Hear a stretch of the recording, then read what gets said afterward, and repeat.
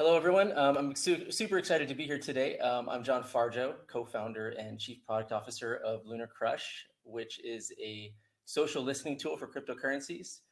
We track about 2,000 different cryptocurrencies out there, including many in the DeFi space. I'll tell you more about us in a moment, but first I'd like to tell you a little bit about some of the incredible, I'll call it parabolic activity that we're seeing across the DeFi space. I'll start with a few examples here. So Acropolis, just over the last month, that is not a typo, social volume has increased 976.2%. And what that means is it means every time someone mentions Acropolis, the ticker, variants of terms, we count that as a social mention. And how that looks is something like this, which looks like almost 17,000 mentions. And the price along that time, again, also not a typo, over 3 months, is up 1,800%. When we look at Aave, when we look at social engagement, that's up 576.4%. And what engagement measures is deeper social interactions, things like retweets and likes and comments. It typically indicates that you have a more engaged community. And what that looks like, it looks like 46 million engagements over 6 months, while the price is also up 909%. Bancor, looking at news, and we collect news from thousands of different websites out there, not just one or two sources. That's up 424.6% over the past 3 months, as price is also up 1,120%. And when we go deeper, it's almost seeming like every day we're adding a new project in the DeFi space to lunarcrush.com.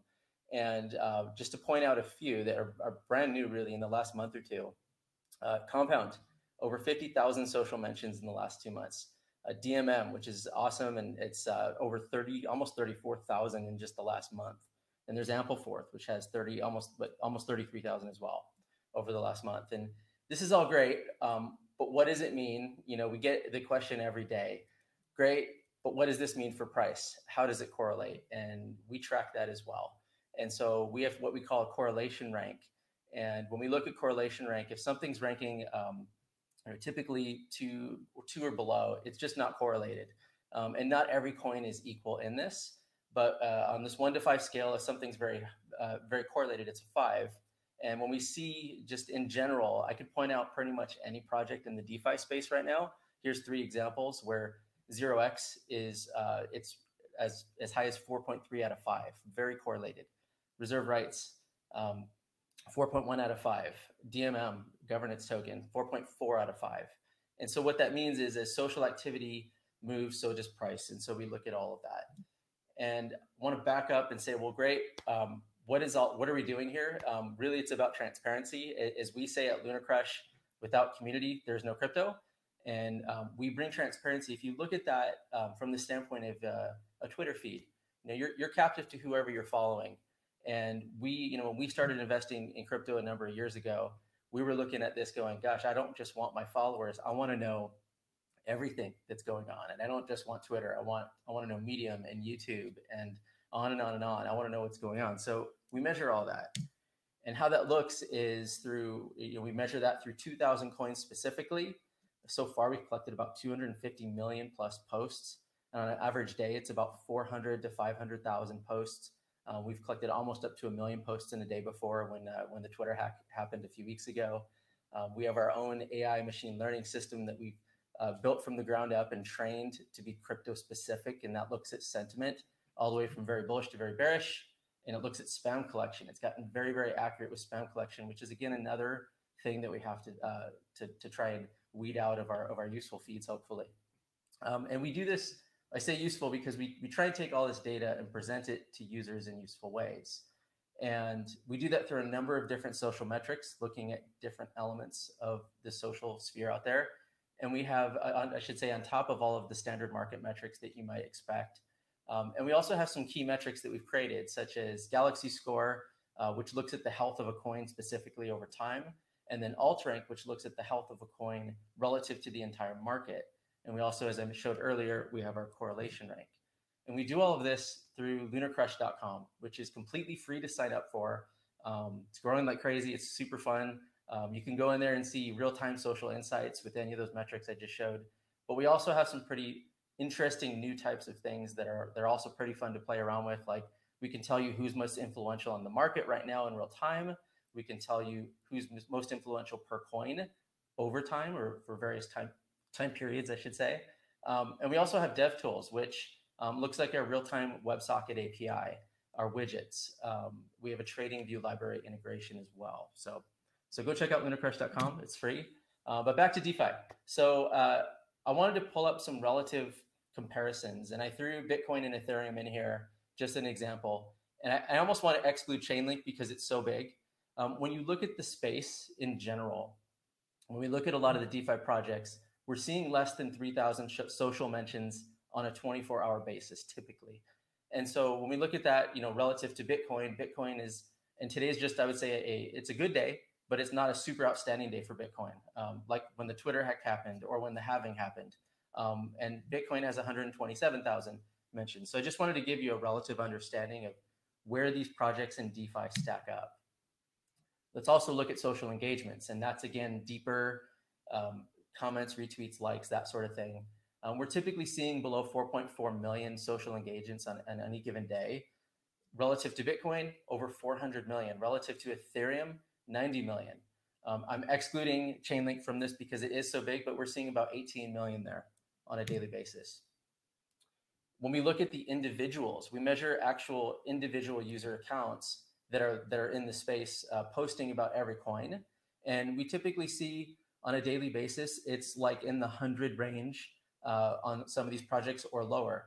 So I mentioned all this to like show you that yes, things are growing really fast, but it's still really early.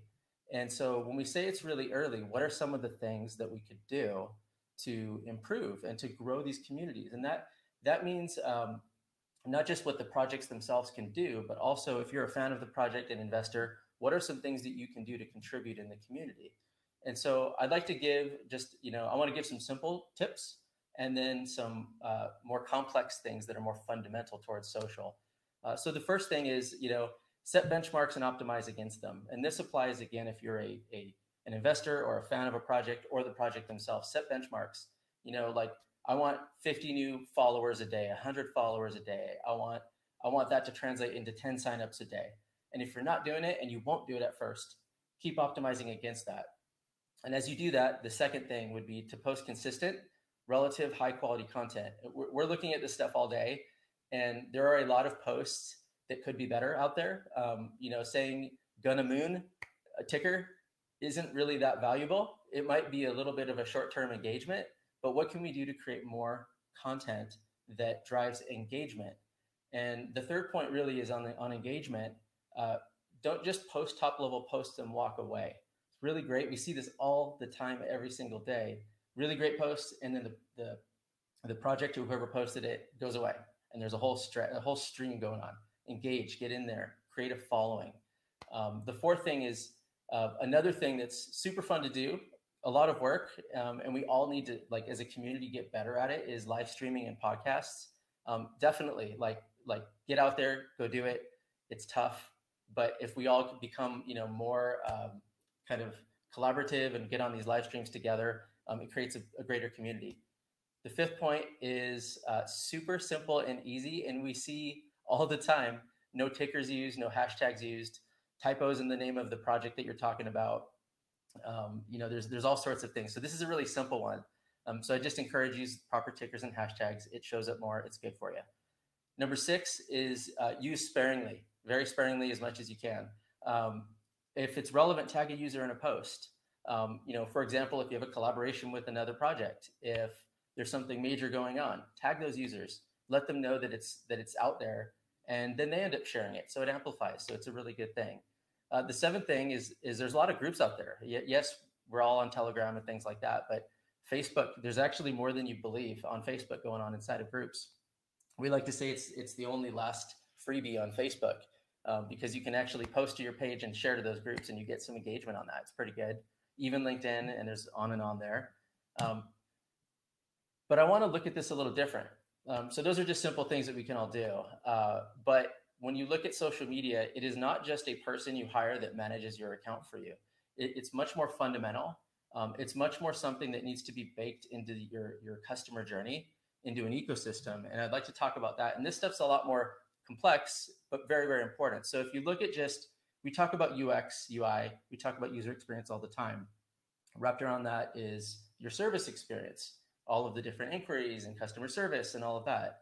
And all that combined makes up your customer experience. And we look at social as something that's kind of wrapped around all of that. And if I were to just draw this linear, and this is just hypothetical, you might look at maybe a user experience is a user is researching your offering on your website, but can they share it? Can they share those amazing rates, that 8.1% just for holding Bitcoin? Is there a comparison with bank rates? Can they share that very easily? Can they refer a friend when they sign up? Or when they view educational content, can they share that very easily? Maybe they just received a payment. Are they alerted when they're paying? Is there a rewards program that you have? And can they interact with that as they almost gamifying the user to make them use it more? Maybe they're a long-term user. Can they join an advocacy program and get on there? So these are things to look at. And I want to give you a few examples of some things that we've observed and we've done, even on our own. Well, we noticed that people like to share our data on our website.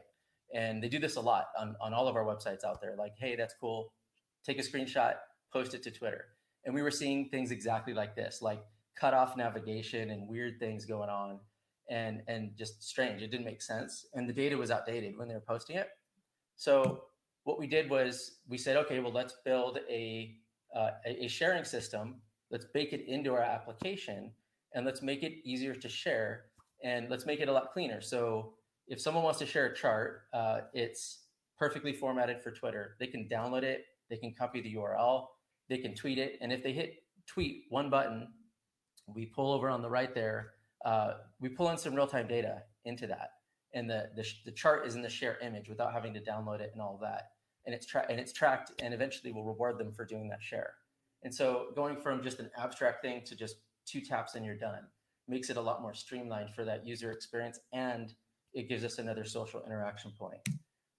Another example is we've had a lot of growth and we've had a lot of our page views keep going up. The duration of our sessions keep going up. And as that's happened, people they're becoming more reliant on our tool, trying to see this information, but they're coming back to us saying, hey, there's just so much. I need to be alerted. And so, if you can't alert me, if you can't get in front of me, then I'm gonna miss it. I'm gonna miss the trade. I'm gonna miss the opportunity. And so what I'm here to announce a little bit here is that we're in the process of testing. We're in alpha testing social alerts. And what that'll do is you can have configurable alerts based on any social metric. And those can send out to lots of places like Telegram or an SMS or an email, or just to our website. It's up to you. And those social alerts will work hand in hand with the sharing on the website. So every time we alert someone, it'll bring them back to that site, and it creates a cycle of sharing and social sharing across the board. So with that, that was my quick update for the day. So if you'd like any more information, you can always message me on Twitter at Jon Farjo, but please go check out lunarcrush.com and check us out on Twitter at LunarCRUSH.